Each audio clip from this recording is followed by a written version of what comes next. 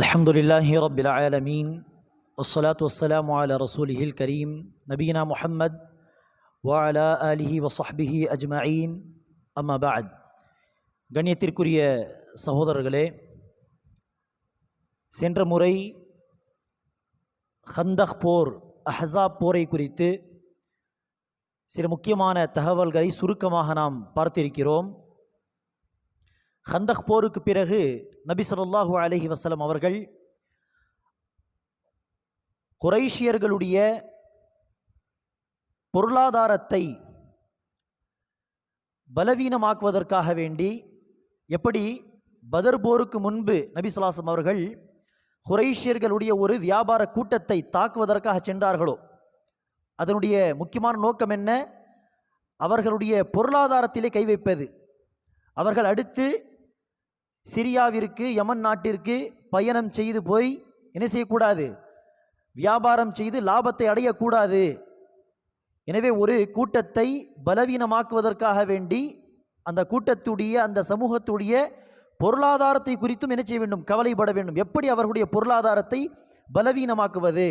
அந்த அடிப்படையில் நபி ஸல்லல்லாஹு அலைஹி வஸல்லம் அவர்கள் அதே போன்று ஹந்தக் போருக்கு பிறகு அபூ உபைதா ரலியல்லாஹு அன்ஹு அவர்களுடைய தலைமையில் 300 சஹாபா பெருமக்களை, அதேபோல் வியாபார கூட்டத்தை, குறைஷியர்களுடைய வியாபார கூட்டத்தை தாக்குவதற்காக, தடுப்பதற்காக வேண்டி அனுப்பினார்கள்.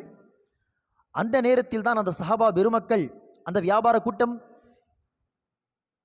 வியாபார கூட்டத்தை தாக்குவதற்காக சென்றபோதுதான் சாப்பிடுவதற்கு எதுவும் இல்லாமல், வழி இல்லாமல் கடல் ஓரமாக கிடைத்த மிகப்பெரிய ஒரு மீனை வைத்தவர்கள் 10 நாட்கள் 15 நாட்கள் அந்த மீனுடைய கறியை சாப்பிட்டார்கள் என்கிற செய்தியை நாம் ஹதீஸிலே படிக்கிறோம். இதுதான் நபி ஸல்லல்லாஹு அலைஹி வஸல்லம் அவர்கள் அந்த வியாபார கூட்டத்தை தடுப்பதற்காக என்கிற அந்த நோக்கத்தோடு அனுப்பி வைத்த கடைசி படையாகும்.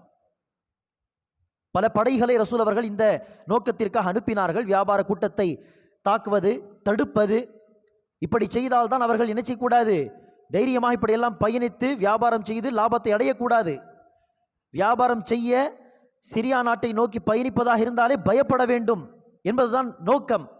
அப்படி அனுப்பப்பட்ட கடைசி படை அபூ உபைதா அவர்களுடைய தலைமையில் அனுப்பப்பட்ட படையாகும்.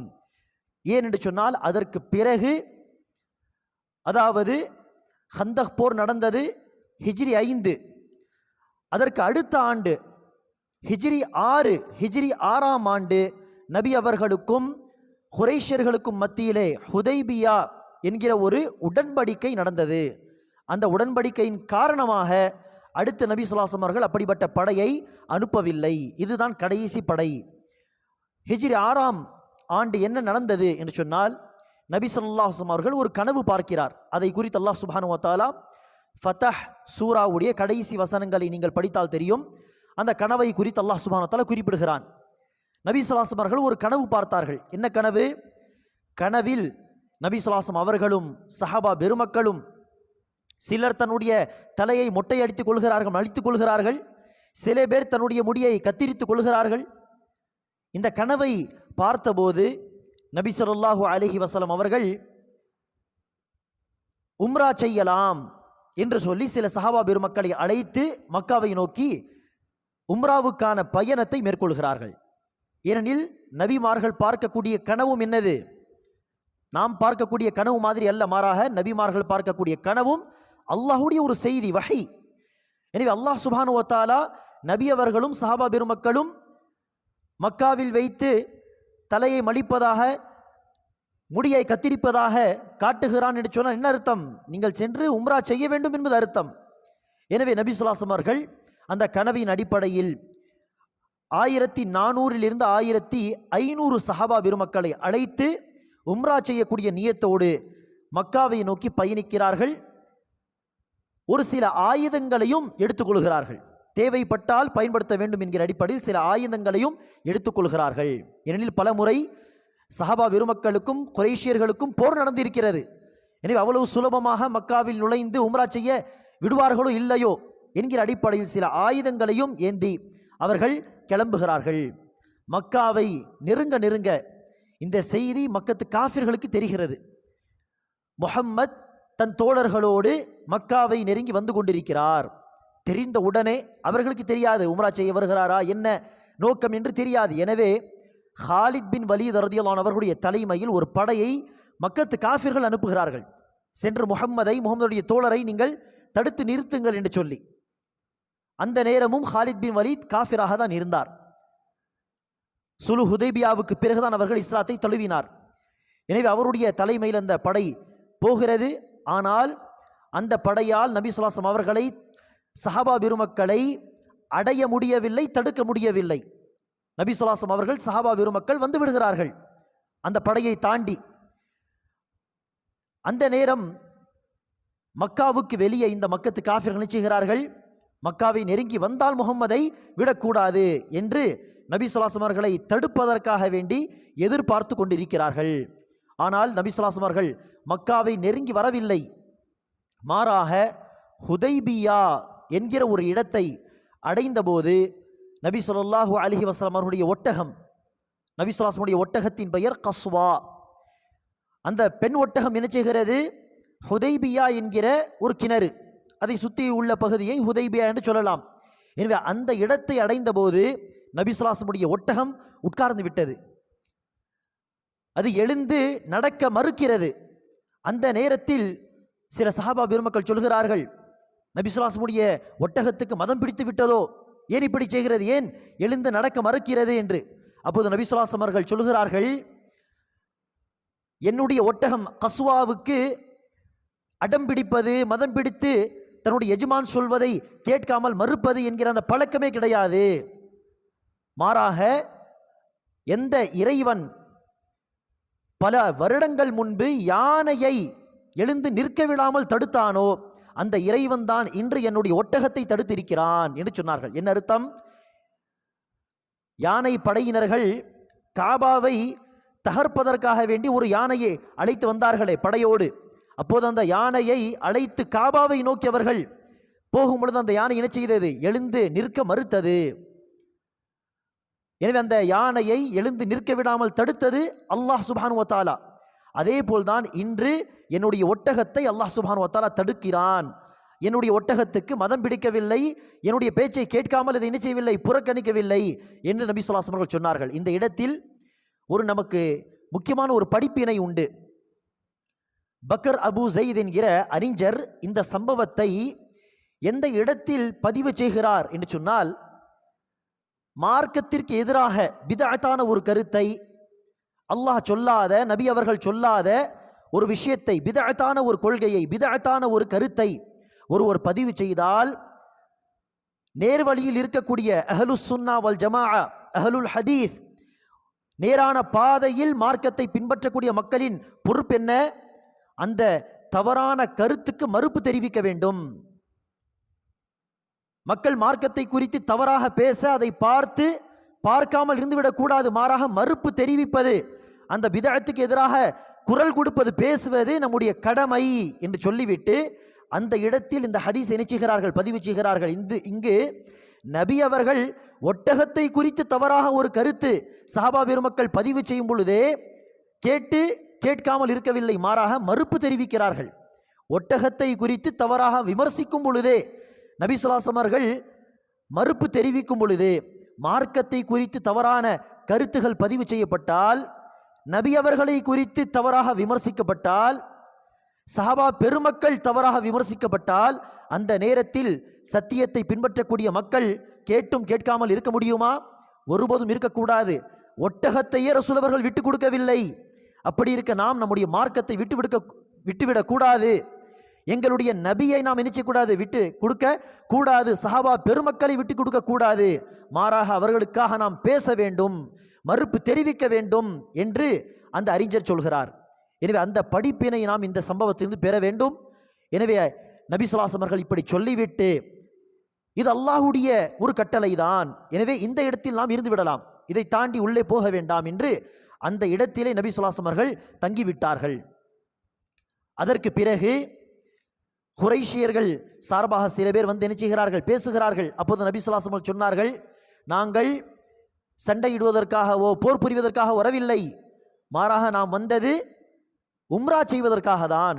எனவே நீங்கள் சில மணி நேரங்கள் நமக்கு அனுமதி தந்தால் மக்காவிற்குள் வந்து நாங்கள் உம்ரா செய்துவிட்டு அப்படியே சென்று விடுவோம், வேறு எந்த ஒரு நோக்கமும் கிடையாது என்று நபி ஸல்லல்லாஹு அலைஹி அவர்கள் சொன்னார்கள்.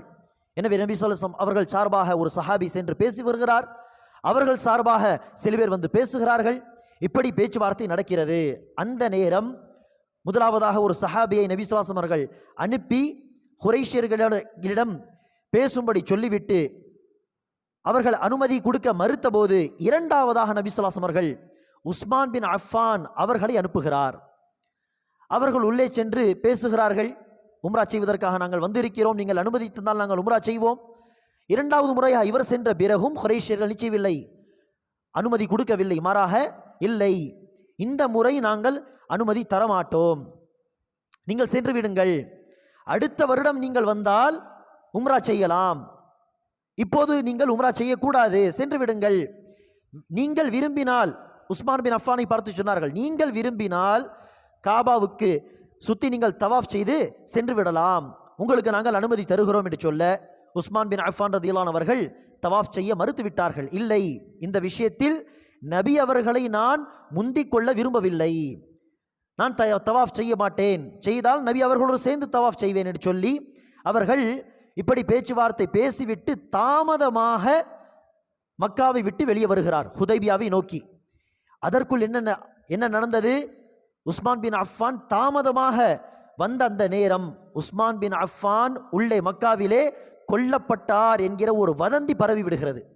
தாமதமாக வந்தார்கள், வேறு எதுவும் பிரச்சனை நடக்கவில்லை, ஆனால் வதந்தி எப்படி பரவியது? உஸ்மான் பின் அஃபானை மக்கத்து காஃபிர்கள் குறைஷியர்கள் கொன்று விட்டார்கள், ரசூலுடைய தூதரை கொன்று விட்டார்கள் என்கிற செய்தி வதந்தி பரவ நபி ஸல்லல்லாஹு அலைஹி அவர்கள் அப்போது அங்கு இருந்த சஹாபா பெருமக்கள் எத்தனை பேர்? 1400 1500 சஹாபா பெருமக்கள், அவர்களை அழைத்து அந்த பகுதியில் இருந்த ஒரு மரத்துக்கடியில் நபி ஸல்லல்லாஹு அலைஹி அவர்கள் உட்கார்ந்து நினைச்சுகிறார்கள், பைஅத் வாங்குகிறார்கள். என்ன பைஅத்து? உயிர் போகும் வரை அல்லாஹ்வுக்காக போர் புரிவோம். இப்படி ஒரு தூதரை கொள்வது எந்த நாட்டிலும் அந்த சட்டம் கிடையாது இல்லையா? இன்று கூட ஒரு நாட்டிலிருந்து இன்னொரு நாட்டுக்கு ஒரு தூதர் சென்றால் கண்ணியப்படுத்த வேண்டும், அவர்கள் வைக்கக்கூடிய கோரிக்கைகள் என்ன, அவர்களுடைய செய்தி என்ன கேட்க வேண்டுமே தவிர அவரை கொல்லக்கூடாது. கொள்வது இன்று கூட என்னது, உலகத்தால் அங்கீகரிக்கப்பட்ட ஒரு சட்டம் அது. அந்த காலகட்டத்திலும் அதுதான் சட்டம், தூதரை கொல்லக்கூடாது. இப்படி நபி அவர்களால் அனுப்பப்பட்ட தூதர் கொல்லப்பட்டார்களே, அதற்கு பதிலாக இந்த மக்களுக்கு எதிராக போர் புரிந்தால் உயிர் போகும் வரை நீங்கள் அல்லாஹ்வுக்காக ஜிஹாத் செய்வீர்கள், போர் புரிவீர்கள் என்கிற பைஅத்தை நபி ஸல்லல்லாஹு அலைஹி அவர்கள் சஹாபா பெருமக்களிடம் வாங்கினார்கள். அந்த பைஅத்தை தான் பைஅத்துர் ரிதுவான் என்ற வரலாற்று ஆசிரியர்கள் சொல்வார்கள். எதற்காக என்று சொன்னால், அல்லாஹ் சுப்ஹானஹு வ தஆலா அந்த பைஅத்தை குறித்து அதே சூரத்துல் ஃபத்ஹ்விலே சொல்கிறான். என்ன சொல்கிறான்? லகத் ரதியல்லாஹு அனில் முஃமினீன இஸ் யுபாயிஊனக தஹ்த ஷஜரா, மரத்துக்கடியில் உங்களிடம் பைஅத் செய்தார்களே அந்த சஹாபா பெருமக்களை அல்லாஹ் சுப்ஹானஹு வ தஆலா பொருந்தி கொண்டான். அல்லாஹ்வுடைய பொருத்தம் அந்த சஹாபா பெருமக்களுக்கு வழங்கப்பட்டது. அல்லாஹ்வுடைய திரு பொருத்தத்தை தான் அரபியில் என்ன சொல்வார்கள்? ரிதுவான். ரதியல்லாஹு அன்ஹும் வரது அன் என்று அல்லாஹ் சொல்கிறான், அல்லாஹ் பொருந்தி கொண்டான். எனவே ரிதுவான் அல்லாஹ்வுடைய பொருத்தம், பைஅத்துர் ரிதுவான் அல்லாஹ்வுடைய பொருத்தத்தை பெற்று தந்த பைஅத் என்பது அர்த்தமாகும். எனவே அந்த சஹாபா பெருமக்களுக்கு ஒரு தனிப்பட்ட சிறப்பு. சஹாபா பெருமக்கள் என்று சொன்னாலே அவர்களுக்கு சிறப்புண்டு. அதில் முஹாஜிர் சஹாபா பெருமக்கள் என்று சொன்னால் அவர்களுக்கு தனி சிறப்பு. அதுபோன்று இந்த பைஅத்தில் கலந்து கொண்ட சஹாபா பெருமக்களுக்கு கூடுதலான ஒரு சிறப்பு என்னது? அந்த பைஅத்தில் கலந்து கொண்ட காரணத்தினால் அல்லாஹ் சுப்ஹானஹு வ தஆலா பொருந்தி கொண்டதாக ஒரு நற்செய்தியை சொல்கிறான். ஆனால் இந்த பைஅத்துக்கு பிறகுதான் தெரிந்தது உஸ்மான் பின் அஃபான் அவர்கள் கொல்லப்படவில்லை, தாமதமாக அவர்கள் வந்தார்கள். வந்த பிறகு இந்த செய்தியை சொன்னார்கள். அதற்கு பிறகுதான் நபி ஸல்லல்லாஹு அலைஹி அவர்களுக்கும் குறைஷியர்களுக்கும் மத்தியிலே ஒப்பந்தம், உடன்படிக்கை நடந்தது. அந்த ஒப்பந்தத்தை, அந்த உடன்படிக்கையை தான் சுல்ஹுல் ஹுதைபியா, ஹுதைபியா என்கிற அந்த இடத்தில் வைத்து இந்த உடன்படிக்கை ஒப்பந்தம் நடந்தது. எனவேதான் சுல்ஹுல் ஹுதைபியா, ஹுதைபியா உடன்படிக்கை என்று பிற்காலத்தில் அது அழைக்கப்பட்டது. அந்த உடன்படிக்கையில் அவர்கள் குறிப்பிட்ட எல்லா பாயிண்ட்ஸ்களும், எல்லா விஷயங்களும் அவர்களுக்கு சாதகமாக இருக்கக்கூடிய பல விஷயங்களை தான் அந்த குறைஷியர்கள் சொன்னார்கள். அதில் ஒரு சில விஷயங்கள் முஸ்லிம்களுக்கு சாதகமாக கூட அந்த நேரம் அமைந்திருந்தது. ஆனால் உண்மையிலே சொல்ல போனால் அது முற்றிலும் முஸ்லிம்களுக்கு சாதகமாக அமைந்த ஒரு உடன்படிக்கை தான் பிற்காலத்தில் ஃபியூச்சரில் நடந்த விஷயங்களை வைத்து பார்க்கும் பொழுது. ஆனால் அந்த நேரம் அவர்கள் இந்த விஷயங்களை குறிப்பிட்டார்களே, அதை பார்க்கும் பொழுது ஆஹா, எல்லாமே தனக்கு சாதகமாக இவர்கள் சொல்கிறார்களே, ஓரிரண்டு விஷயங்கள் தான் முஸ்லிம்களுக்கு சாதகமாக இருக்கிறதே என்று சொல்லும் விதமாக தான் அந்த உடன்படிக்கை இருந்தது. எனவேதான் சஹாபா பெருமக்கள் பல பேர் என்ன செய்கிறார்கள், நபி ஸல்லல்லாஹு அலைஹி வஸல்லம் அவர்களை தடுக்க முயற்சி செய்கிறார்கள். யா ரசூலுல்லாஹ், இந்த உடன்படிக்கைக்கு நீங்கள் என்ன செய்யாதீர்கள், சம்மதம் தெரிவிக்காதீர்கள், உடன்படிக்கை செய்ய வேண்டாம், எல்லாமே அவர்களுக்கு சாதகமாக இருக்கக்கூடிய விஷயங்கள் என்கிற அடிப்படையில் உமர் பின் கத்தாப் ரலியல்லாஹு அன்ஹு அவர்கள் குறிப்பாக வந்து தடுக்க முயற்சி செய்கிறார்கள். அபூபக்கர் சித்திக் ரலியல்லாஹு அன்ஹு அவர்கள் என்ன சொல்கிறார்கள், நபி அவர்கள் உடன்படிக்கைக்கு சம்பந்தம் தெரிவிக்கிறார் என்று சொன்னால் அதில் ஏதோ ஒரு நன்மை இருக்கிறது, நீங்கள் தடுக்க வேண்டாம் என்று சொன்னார்கள். ஆனால் நபி ஸல்லல்லாஹு அலைஹி வஸல்லம் அவர்கள் பல சஹாபா பெருமக்களுக்கு இந்த விஷயம் பிடிக்காவிட்டாலும் அந்த உடன்படிக்கைக்கு நபி ஸல்லல்லாஹு அலைஹி வஸல்லம் அவர்கள் சம்பந்தம் தெரிவித்து நபி ஸல்லல்லாஹு அலைஹி வஸல்லம் அவர்கள் அந்த உடன்படிக்கையை செய்தார்கள்.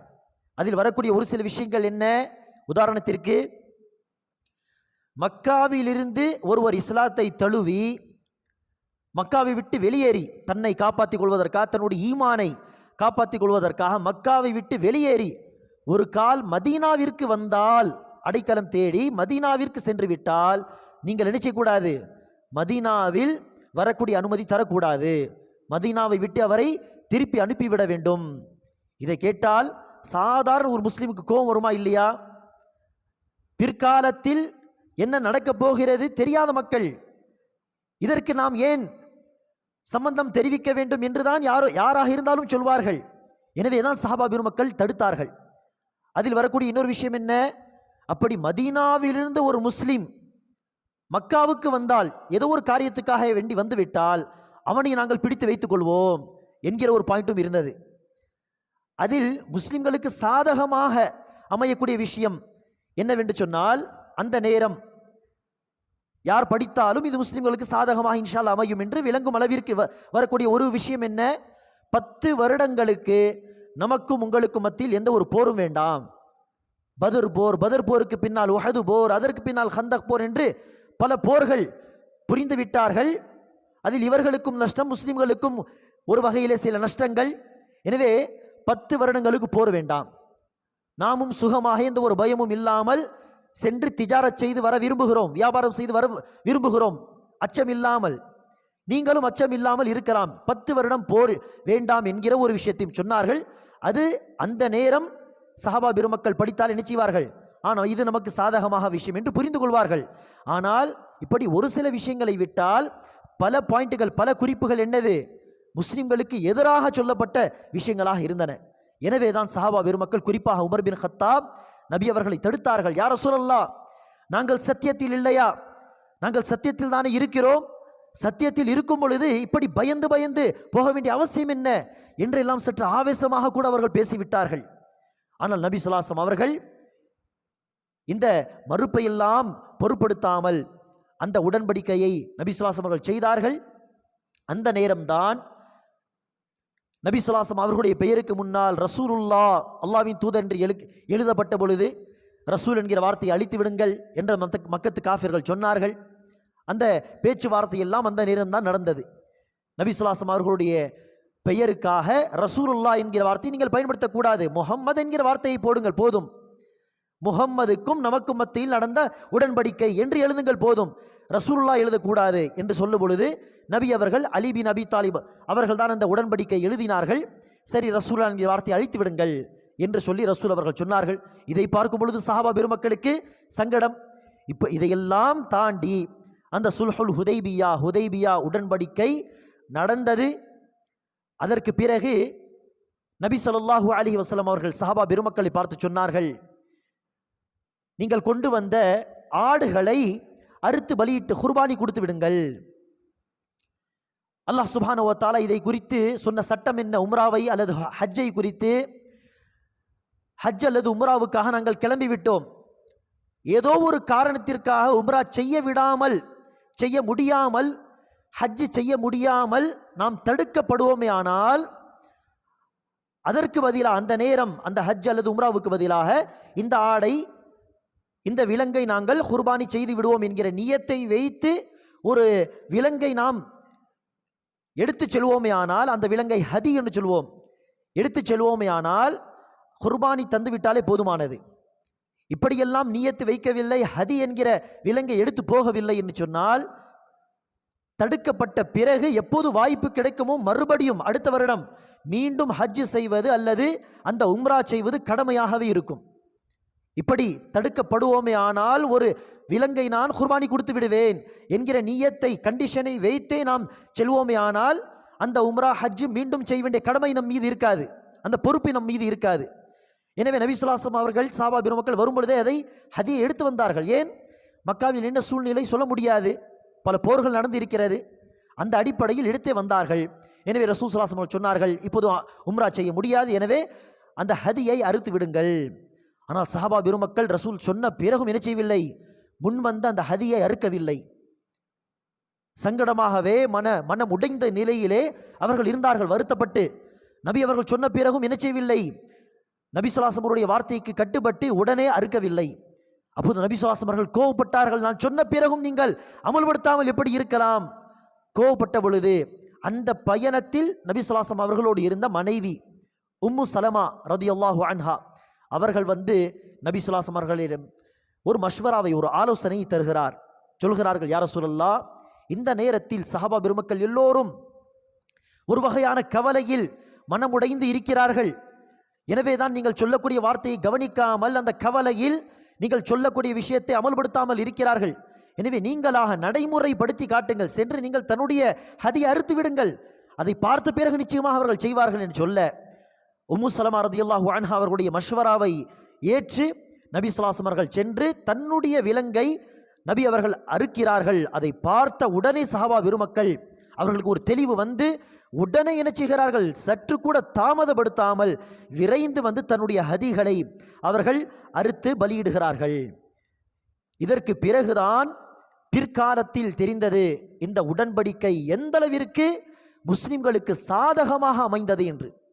குறைஷியர்களுக்கு அது சாதகமாக அமையவே இல்லை, மாறாக முற்றிலும் முஸ்லிம்களுக்கு தான் அது சாதகமாக, முழுக்க முழுக்க முஸ்லிம்களுக்கு தான் சாதகமாக அமைந்தது என்று பிற்காலத்தில் தான் தெரிந்தது. பல அறிஞர்களுடைய கருத்துப்படி சொல்வதாக இருந்தால் இந்த உடன்படிக்கையை தான் அல்லாஹ் சுப்ஹானஹு வ தஆலா அந்த ஃபத்ஹ் அத்தியாயம் என்று சொன்னோமே, அந்த அத்தியாயத்தில் ஃபத்ஹ் வெற்றி என்கிற வார்த்தையை அல்லாஹ் இந்த உடன்படிக்கைக்காக தான் பயன்படுத்துகிறான். அது ஃபத்து மக்காவுக்காக கிடையாது, மக்கா வெற்றிக்காக பயன்படுத்தப்பட்ட வார்த்தை அல்ல. இன்னா ஃபத்ஹ்னா லக ஃபத்ஹம் முபீனா, நபியே நிச்சயமாக நாங்கள் உங்களுக்கு பகிரங்கமான ஒரு வெற்றியை தந்துவிட்டோம் என்று சொல்கிறானே, அந்த வெற்றி உண்மையிலே இந்த சுல்ஹுல் ஹுதைபியா என்கிற உடன்படிக்கை தான் உண்மையிலேயே என்பதுதான் சரியான கருத்து.